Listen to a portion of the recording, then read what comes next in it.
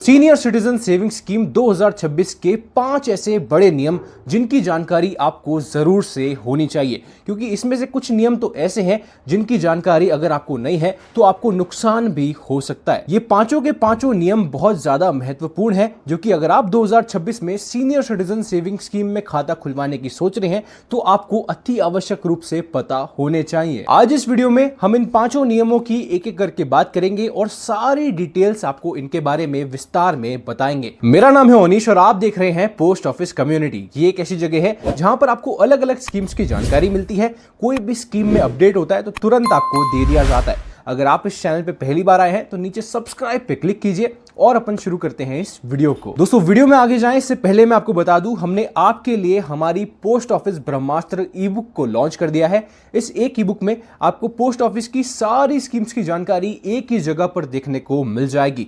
हिंदी और इंग्लिश दोनों में ई बुक आपको प्रोवाइड करी जाएगी। इसका लिंक आपको डिस्क्रिप्शन और कमेंट बॉक्स में मिल जाएगा। इसको चेकआउट करना मत भूलिएगा। आइए दोस्तों, उन 5 नियमों की बात करने से पहले सीनियर सिटीजन सेविंग स्कीम की थोड़ी सी बात कर लेते हैं, ताकि जिन लोगों को पता नहीं है कि ये स्कीम आखिर में क्या है उनको थोड़ा सा फेयर आइडिया लग जाए। तो दोस्तों, सीनियर सिटीजन सेविंग स्कीम एक ऐसी स्मॉल सेविंग स्कीम है जो कि सरकार के द्वारा चलाई जाती है स्पेशली फॉर सीनियर सिटीजंस। ऐसे लोग जिनकी उम्र 55 साल से ज्यादा है, 60 साल से ज्यादा है या फिर कुछ कुछ केसेस में 50 साल से भी ज्यादा है, वो लोग यहां पर आके अपना पैसा निवेश कर सकते हैं। जितना भी पैसा वो लोग निवेश करते हैं, सरकार का उसके पीछे हाथ है। इसका मतलब आपका पैसा बिल्कुल सुरक्षित रूप से निवेश होता है। उसके ऊपर आपको एक ब्याज प्रॉमिस किया जाता है और 3-3 महीने से आपको जितना भी ब्याज बना होता है उसका पे आउट आपको अपने खाते में देखने को मिलता है। तो आप देख पाएंगे कौन कौन से लोग इसमें खाता खोल सकते हैं। 60 साल से अधिक उम्र है, भारत के एक नागरिक हैं तो खाता खोल पाएंगे। 50 साल से अधिक उम्र है और आप डिफेंस कैटेगरी में से रिटायर हुए थे तो आप यहां पर खाता अपना खोल पाएंगे।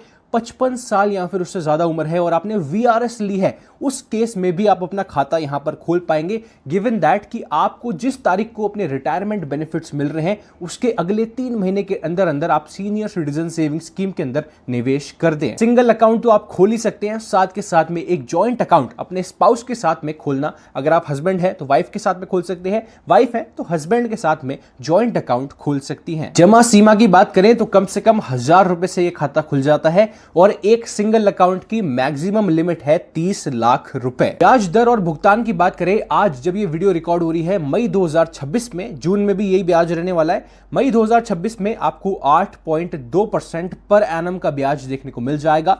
भुगतान की बात करें तो हर 3 महीने से जितना भी ब्याज बनता है उसका भुगतान आपको अपने सेविंग्स अकाउंट में दे दिया जाएगा। अवधि की बात करें तो 5 साल का ये खाता होता है। 5 साल के लिए आपका पैसा निवेश होता है। 5 साल के पूरे होने के बाद आप इसको 3-3 साल से एक्सटेंड भी करवा सकते हैं। टैक्स लाभ की बात करें तो दोस्तों, ओल्ड रिजाइम में आपको 80C का 1.5 लाख रुपए तक का बेनिफिट देखने को मिल जाएगा। लेकिन हालांकि अब तो 12 लाख रुपए तक इनकम आपकी टैक्स फ्री हो चुकी है, तो इसका उतना फायदा नहीं है, क्योंकि अधिकतर लोग यहां पर न्यू रिजाइम के अंदर फाइलिंग करेंगे और न्यू रिजाइम में इस बेनिफिट को हटा दिया गया है। नीचे नोट को पढ़ेंगे, अगर आप एक सीनियर सिटीजन है और आपका पूरे साल का ब्याज 1 लाख रुपए से अधिक हो जाता है तो उस केस में आपका टीडीएस काटा जाएगा।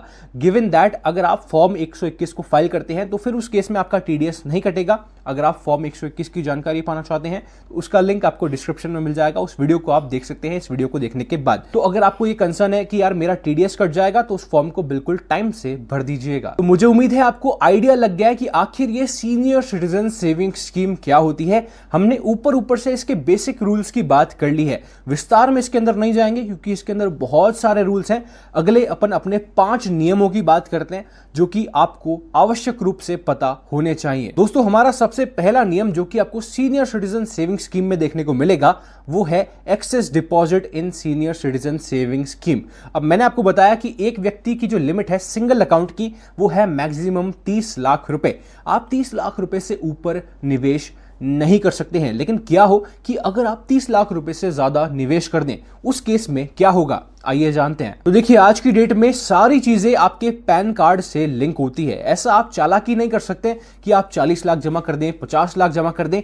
जितना भी एक्सेस अमाउंट आप जमा करेंगे 30 लाख के ऊपर, वो आपको रिफंड कर दिया जाएगा। और ऐसा भी नहीं है कि आपको उसके ऊपर सीनियर सिटीजन सेविंग स्कीम का 8.2% का ब्याज मिलेगा। देखिए, अगर आप 30 लाख रुपए तक जमा करते हैं तो उसके ऊपर तो आपको 8.2% दिया जाएगा। उसके ऊपर का जितना भी पैसा आप जमा करते हैं और जितने भी दिन तक वो पड़ा रहता है, जब तक तक वो रिफंड नहीं होता है तब तक आपको सेविंग्स अकाउंट का 4% का ब्याज दिया जाएगा। पोस्ट ऑफिस सेविंग्स अकाउंट में आपको 4% का ब्याज मिलता है। एग्जाम्पल से आप चेक करिए, सीनियर सिटीजन सेविंग्स स्कीम में आप कितने भी खाते खुलवा सकते हैं। आप चाहें तो आपने 10 लाख का एक खाता खुलवा दिया, 20 लाख का एक खाता खुलवा दिया, ऐसे करके आप मल्टीपल खाते खुलवा सकते हैं। एग्जाम्पल आप देखेंगे तो हमने first senior citizen saving scheme के खाते में 10 लाख रुपए को निवेश किया, उसके ऊपर अपना जो ब्याज बनता है साल का वो बनता है 82,000 रुपए। इसके बाद में अपन ने एक और खाता खोला जो कि 15 लाख का खाता खोला, दोनों को मिला के देखेंगे तो 25 लाख अपने यूज हो गए। अपनी मैक्सिमम लिमिट है 30 लाख रुपए। आपने तीसरा खाता खोला और आपने उसमें भी 10 लाख रुपए निवेश कर दिए, तो एक व्यक्ति की लिमिट तो 30 लाख रुपए है, लेकिन आपने अपने नाम पे कुल मिलाकर 35 लाख रुपए को निवेश कर दिया। तो देखिए, आपने अपनी जेब से तो 35 लाख रुपए को निवेश किया। अगर हम एक बार को मान लेते हैं 8.2% से इसको कैलकुलेट करके देखते हैं कि कितना ब्याज बनना चाहिए था, तो 2,87,000 रुपए का आपका ब्याज बनना चाहिए था अगर आपको पूरे के पूरे 35 लाख पे 8.2% मिलता, जो कि संभव नहीं है। आपको 8.2% केवल और केवल 30 लाख रुपए में मिलेगा। बचे हुए 5 लाख पे आपको 4% का सेविंग्स अकाउंट का ब्याज मिलेगा। तो आप देख पाएंगे आपको 5 लाख रुपए पे 4% मिल रहा है, जो कि आपके ब्याज को 2,66,000 रुपए लेके आ गया है। पहली बात तो जितना भी एक्सेस अमाउंट आप जमा करते हैं वो रिफंड कर दिया जाएगा। अगर वो पड़ा भी रहता है तो उसके ऊपर आपको केवल और केवल 4% का ब्याज मिलेगा, जो कि आपका इफेक्टिव लॉस आप देखेंगे इंटरेस्ट का, क्योंकि 5 लाख रुपए आप देखेंगे तो उसकी तो वैल्यू है। आप उसको अपने वाइफ के नाम पे सीनियर सिटीजन सेविंग स्कीम में निवेश कर सकते थे, तो वहां पर तो आपको पूरा 8.2% मिलता, लेकिन आपने खुद के नाम पे कर दिया तो आपका लॉस ऑफ इंटरेस्ट यहां पर 21,000 का हो गया। दोस्तों, हमारे दूसरे नियम की बात करें जो कि बोलता है नो एडिशनल इंटरेस्ट, यानी कि आपको कोई भी एक्स्ट्रा ब्याज नहीं मिलेगा। अब इसको अपन एक बार समझ लेते हैं। देखिए, पहले मैंने आपको बताया कि आपको 8.2% का ब्याज यहां पर मिलता है और ये क्वार्टरली यानी कि 3-3 महीने से आपको पे किया जाता है। जैसे कि आपका पहला क्वार्टर होता है अप्रैल से जून तक का, दूसरा क्वार्टर होता है जुलाई से सितंबर तक का, उसके बाद में तीसरा क्वार्टर होता है अक्टूबर से दिसंबर तक का और चौथा क्वार्टर होता है आपका जनवरी से मार्च तक का। 31 मार्च को अपना फाइनेंशियल ईयर ऑफिशियली एंड हो जाता है। तो आपको ब्याज किस प्रकार से मिलेगा? देखिए, आपका जो क्वार्टर है अप्रैल से जून, उसका जितना भी ब्याज है वो आपको 1 जुलाई को दे दिया जाएगा। उसके बाद में नेक्स्ट आपको ब्याज मिलेगा वो 1 अक्टूबर को मिलेगा। उसके बाद में अक्टूबर से लेकर दिसंबर तक का जितना भी ब्याज है वो आपको 1 जनवरी को मिलेगा और जनवरी से लेकर 31 मार्च तक का जितना भी ब्याज है वो आपको 1 अप्रैल को मिलेगा। तो इस प्रकार से आपका ब्याज पे आउट होने वाला है। अब नो एडिशनल इंटरेस्ट यहां पर बोलता है कि जितना भी ब्याज आपको 3-3 महीने से आपके सेविंग्स अकाउंट में दिया जा रहा है, अगर आप उसको यूटिलाइज नहीं करते हैं तो उसके ऊपर आपको कोई भी सीनियर सिटीजन सेविंग स्कीम का ब्याज नहीं मिलेगा।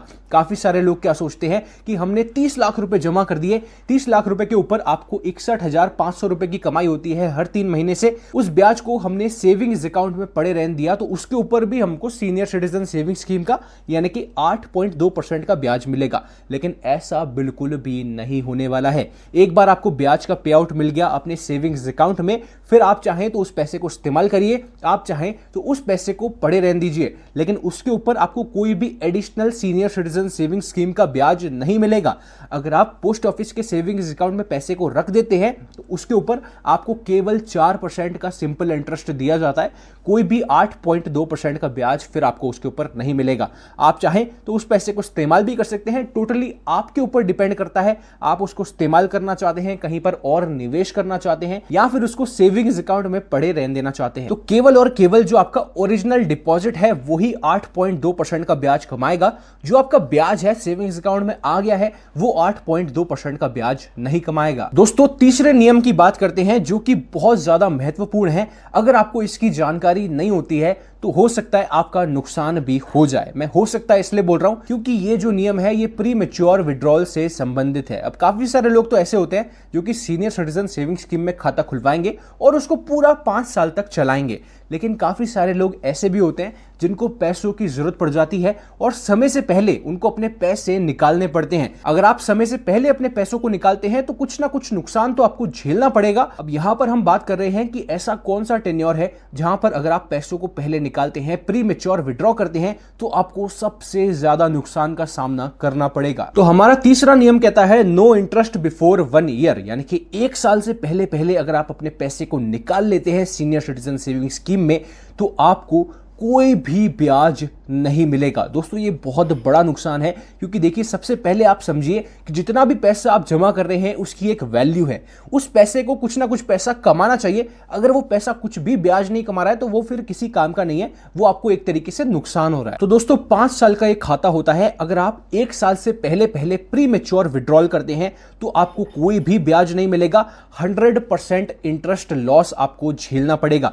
अब एक एग्जाम्पल लेके समझते हैं और पता लगाते हैं कि आखिर हमको कितना नुकसान यहां पर होने वाला है। तो मैं मान के चलता हूं एक व्यक्ति ने अपने नाम पे मैक्सिमम 30 लाख रुपए को निवेश किया अगले 5 सालों के लिए, और उसने शुरुआत के 10 महीने तो अपने खाते को चलवाया और 10 महीने के बाद में अपने खाते को सीनियर सिटीजन सेविंग स्कीम के अकाउंट को बंद करवा दिया। तो इस केस में क्या होगा? अब आप बोलेंगे सर उसको 3-3 महीने से तो ब्याज मिल गया, 3-3 महीने का यानी कि 9 महीने का ब्याज तो उसको अपने खाते में मिल गया, वो उसको इस्तेमाल कर सकता है। जी नहीं, ऐसा यहां पर नहीं होने वाला है। जितना भी ब्याज आपको मिल गया, पोस्ट ऑफिस आपके मूलधन में से, जितना आपने शुरू में जमा किया था, आपने 30 लाख रुपए जमा किया था, तो पोस्ट ऑफिस उसमें से वो ब्याज काट लेगा और रिमेनिंग अमाउंट आपको दे देगा बिना किसी ब्याज के, बिना किसी बेनिफिट के। तो देखिए 10 महीने का जो आपका ब्याज बनता है 30 लाख रुपए पे, वो बनेगा 2,05,000 रुपए। पोस्ट ऑफिस आपको 3-3 महीने से ब्याज देता है, यानी कि 10वें महीने का तो ब्याज उसने आपको दिया ही नहीं, 9 महीने का ब्याज वो आपको दे चुका है। 61,500 रुपए हर 3 महीने का मिलेगा। 9 महीने की बात करें तो यहां पर 1,84,500 रुपए आपको अपने खाते में अभी तक मिल चुके हैं। अगर आप 1 साल से पहले यहां पर सीनियर सिटीजन सेविंग स्कीम के खाते को तुड़वाते हैं तो 30 लाख रुपए में से पोस्ट ऑफिस यहां बैंक आपके 1,84,500 रुपए काट देगा और बचे हुए 28,15,500 रुपए का रिफंड आपको मिल जाएगा। देखा जाए तो बहुत भारी घाटे का सौदा है, क्योंकि आपको कोई भी बेनिफिट नहीं हुआ, आपका पैसा 9-10 महीने के लिए ब्लॉक भी रहा और इसके ऊपर आपको भारी नुकसान का सामना करना पड़ा। तो यहां पर सीख ये मिलती है इस रूल से कि आप कोशिश कीजिए कि आपका 1 साल से ज्यादा तो खाता चल जाए, क्योंकि उसके बाद में आपको इतना नुकसान नहीं होने वाला है। 1 साल तक अगर आप इस खाते को चला लेते हैं, उसके बाद में तोड़ते हैं, तो काफी कम नुकसान आपको वहां पर देखने को मिलता है। इतना ज्यादा हैवी नुकसान आपको वहां पर देखने को नहीं मिलता है। तो ये जो तीसरा नियम है, इसका आपको खास तौर से ध्यान रखना है। थोड़ा बहुत इमरजेंसी फंड आप बना के रख सकते हैं कि अगर आपको पैसों की जरूरत भी पड़े तो आपको ये खाता तुड़वाना ना पड़े 1 साल तक एटलीस्ट, और आप अपने इमरजेंसी फंड में से अपनी दिनचर्या को चला लें, या फिर जिस भी काम के लिए आपको पैसों की जरूरत पड़ रही है उसको आप वहां पर निपटा लें। आइए दोस्तों हमारे चौथे नियम की बात करते हैं, जो कि आता है डेथ ऑफ अकाउंट होल्डर। अब क्या हो कि जिस व्यक्ति ने सीनियर सिटीजन सेविंग स्कीम में निवेश कर रखा हो, उनकी समय से पहले ही यानी कि मैच्योरिटी से पहले ही मृत्यु हो जाती है, तो उस केस में आपको क्या ट्रीटमेंट देखने को मिलेगा? दोस्तों जिस दिन अकाउंट होल्डर की मृत्यु होती है उसी दिन आपका सीनियर सिटीजन सेविंग स्कीम का अकाउंट बंद कर दिया जाता है। जिस दिन मृत्यु हो रही है उस तारीख तक आपको सीनियर सिटीजन सेविंग स्कीम यानी कि 8.2% का ब्याज दिया जाएगा। उसके बाद में जितने भी एक्स्ट्रा दिन आपका पैसा वहां पर पड़ा है पोस्ट ऑफिस में या फिर बैंक में, उसके ऊपर आपको केवल और केवल 4% का ब्याज मिलेगा। अब जितना भी डिपॉजिट होता है, जो भी आपका मूलधन था और जितना भी उस तारीख तक का ब्याज होता है, वो आपके नॉमिनी या फिर लीगल हायर्स को पे कर दिया जाता है। अब यहां पर डेथ सर्टिफिकेट आपका मांगा जा सकता है कि भाई कौन सी तारीख को एक्चुअल में मृत्यु हुई थी, क्योंकि देखिए उसी टाइम पे एक्चुअल में कोई जाता नहीं है। काफी लोग तो 15 दिन बाद, 1 महीने बाद यहां पर जाते हैं, जब वो रियलाइज करते हैं कि भाई जो व्यक्ति चले गए उनके नाम पे कौन कौन सी चीजें यहां पर मौजूद थी। तो यहां पर जितना भी एक्स्ट्रा टाइम के लिए आपका पैसा रहेगा उसके ऊपर आपको पोस्ट ऑफिस के सेविंग्स अकाउंट का 4% का सिंपल इंटरेस्ट देखने को मिलेगा। दोस्तों जिस व्यक्ति की मृत्यु हुई, अगर उन्होंने एक जॉइंट अकाउंट खुलवा रखा था अपने स्पाउस के साथ, अपने हस्बैंड के साथ या फिर अपने वाइफ के साथ, या फिर उनका सिंगल अकाउंट था लेकिन उनके नॉमिनी में उनके स्पाउस का नाम था, यानी कि उनके हस्बैंड का नाम हो सकता है या फिर उनकी वाइफ का नाम हो सकता है। अगर ऐसा केस था और स्पाउस की एज, जब उनकी मृत्यु हुई है, स्पाउस की एज अगर 60 साल से ऊपर है, तो स्पाउस वहां पर इस सीनियर सिटीजन सेविंग स्कीम के अकाउंट को कंटिन्यू कर सकते हैं। 2 कंडीशन सेटिस्फाई होनी चाहिए। स्पाउस की जो उम्र है वो 60 साल से ज्यादा होनी चाहिए और स्पाउस के नाम पे कोई भी existing senior citizen saving scheme का खाता नहीं होना चाहिए। अगर ये दोनों कंडीशन सेटिस्फाई होती है तो फिर तो अकाउंट कंटिन्यू हो सकता है, वहां पर अकाउंट में ब्रेक नहीं लगेगा और फिर आपको उसके ऊपर 8.2% का ब्याज ही कंटिन्यूअसली मिलेगा। दोस्तों 5वें नियम की बात करते हैं। अगेन अगर आप इसका भी ध्यान नहीं देते हैं तो आपको ब्याज का नुकसान यहां पर होने वाला है, जो कि आता है पोस्ट मैच्योरिटी इंटरेस्ट। अब इसका मतलब यह है कि आपकी जब सीनियर सिटीजन सेविंग स्कीम की मैच्योरिटी हो रही है तो आपको थोड़ा सा सतर्क रहना है। आपको अगर इसी में निवेश रहना है तो आप अपने अकाउंट को 3 साल से एक्सटेंड करवा दीजिए, या फिर अगर आपको कहीं और निवेश करना है तो इमीडिएटली आपकी जब मैच्योरिटी हो रही है उसके बाद में अपना पैसा निकाल लीजिए और कहीं और निवेश कर दीजिए, ताकि आपका पैसा वापस से ब्याज कमाना शुरू कर दे। देखिए सीधी सी बात है, आपके पैसे की वैल्यू है, मैंने आपको वीडियो में पहले भी बोला था, अभी वापस बोल देता हूं, आपके पैसे की एक वैल्यू है। अगर आपका पैसा नहीं कमा पा रहा है तो फिर वो वहां पर उसका काम जस्टिफाइड नहीं है, फिर एक तरीके से आपको नुकसान हो रहा है। अगर आपका पैसा कमा रहा है, ब्याज कमा रहा है, तो फिर बिल्कुल सही है, आप बिल्कुल ऑन ट्रैक हैं। तो यहां पर अगर कोई व्यक्ति 5 साल के बाद अपने पैसे को विड्रॉ करना भूल जाता है, फॉर एग्जाम्पल 10 महीने बाद उस व्यक्ति को ध्यान आता है कि यार मेरी तो मैच्योरिटी हो गई थी, 11 महीने बाद ध्यान आता है कि भाई मेरी तो मैच्योरिटी हो गई थी, तो मैच्योरिटी के बाद जितना भी समय आपका पैसा वहां पर पोस्ट ऑफिस के पास रहता है उसके ऊपर आपको 8.2% का ब्याज नहीं मिलेगा। उसके ऊपर आपको प्योरली सेविंग्स अकाउंट का ब्याज दिया जाएगा, जो कि 4% का सिंपल इंटरेस्ट होता है पोस्ट ऑफिस में। तो इस चीज को आपको ध्यान रखना है कि जब मैच्योरिटी हो रही है थोड़ा सा सतर्क रहना है अपने पैसों को लेके, कि उसको आपको आइडल नहीं छोड़ना है। अगर आप ऐसे ही छोड़ देंगे तो देखिए 4% बहुत कम ब्याज होता है, इन्फ्लेशन भी आपका बीट नहीं कर पाएगा, महंगाई का दर ही यहां पर बहुत ज्यादा हो रखा है आज के समय पे, तो ये चीज तो आप सब लोग भी जानते हैं। तो अगर आपका पैसा बिल्कुल ऐसे ही पड़ा रहता है तो उसमें 4% का ब्याज मिलेगा, जो कि मैं नहीं चाहता हूं कि आपके साथ हो, तो आपको 100% यहां पर सतर्क रहने की जरूरत है। अगर आपका 5 साल का SCSS का खाता था, मैच्योरिटी हो गई है, तो बेस्ट ये रहेगा कि आप उसको 3 साल के लिए एक्सटेंड कर दीजिए। देखिए 3 साल के लिए आप उसको कितनी बार भी एक्सटेंड कर सकते हैं, टिल लाइफ टाइम। कोई भी लिमिट नहीं है कि यार एक बार एक्सटेंड कर पाएंगे, 2 बार एक्सटेंड कर पाएंगे, जितनी बार चाहे उतनी बार एक्सटेंड कर सकते हैं। अब देखिए जिस तारीख को आपकी मैच्योरिटी हो रही है, अगर उसके अगले 1 साल के अंदर अंदर आप अपने खाते को एक्सटेंड करवा देते हैं अगले 3 सालों के लिए, तो 1 साल जब आपका एक्सटेंशन का कंप्लीट होगा तो आप चाहें तो अपने पैसे को विड्रॉ भी कर सकते हैं। वहां पर आपको विड्रॉल की एक अच्छी फैसिलिटी मिल जाती है, कोई भी पेनल्टी, कोई भी किसी भी प्रकार की पेनल्टी आपके ऊपर उस केस में नहीं लगाई जाती है। भाई आपने 3 साल के लिए एक्सटेंड किया, 1 साल बिल्कुल सक्सेसफुली चलाया, बचे आपके 2 साल, फिर उन 2 सालों में अगर आपको पैसों की जरूरत पड़ती है तो आप बिना किसी झिझक के अपने पैसे को निकाल सकते हैं। कोई भी ब्याज की पेनल्टी आपके ऊपर नहीं लगेगी, कोई भी मूलधन में से पेनल्टी नहीं लगेगी, पूरा का पूरा पैसा वहां पर आपको दे दिया जाएगा। तो एक्सटेंशन का एक बहुत बड़ा बेनिफिट ये होता है। अगर आपका 5 साल वाला अकाउंट आज मैच्योर हुआ, आप पैसे को भूल गई, भाई आपको ध्यान ही नहीं था, उस पैसे को पड़े हुए 1 साल 1 महीने से ज्यादा हो गया, तो उस केस में फिर वो एक्सटेंड नहीं हो पाएगा, फिर आपको वापस से एक फ्रेश 5 साल का सीनियर सिटीजन सेविंग स्कीम का खाता खुलवाना पड़ेगा। तो अगर एक्सटेंड भी करवाना चाहते हैं तो थोड़ा सा सतर्क आपको रहना है कि जैसे ही मैच्योरिटी हो रही है उसके बाद में जाके एक्सटेंड करवा दीजिए। अगर आपका पैसा यहां पर 1 साल 1 महीने से ज्यादा के लिए पड़ा रहता है या फिर इतने टाइम के लिए भी पड़ा रहता है तो उसके ऊपर आपको केवल 4% का सिंपल इंटरेस्ट दिया जाएगा। दोस्तों ये पांचों के पांचों नियम बहुत ज्यादा महत्वपूर्ण है और इनका ध्यान आपको जरूर से रखना है। अगर आप इनका ध्यान नहीं रखते हैं तो कहीं ना कहीं आप अपना इंटरेस्ट लॉस झेल रहे हैं, कहीं ना कहीं आपको ब्याज का नुकसान हो रहा है। और तीसरे पॉइंट में जो कि प्री मैच्योर वाला पॉइंट था, वहां पर तो आपको बहुत भारी भरकम नुकसान होता है। तो इसका ध्यान आपको 100% रखना है। दोस्तों अगर आप इसी प्रकार के और भी नियमों की जानकारी पाना चाहते हैं तो हमारी पोस्ट ऑफिस ब्रह्मास्त्र ई बुक को चेक जरूर करिएगा।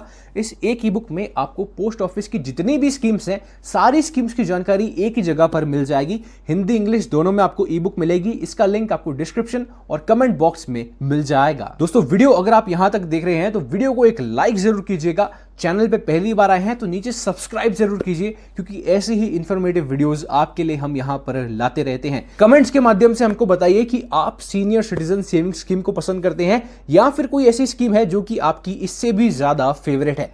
आज की इस वीडियो में इतना ही। मैं मिलूंगा आपसे किसी अगली वीडियो में।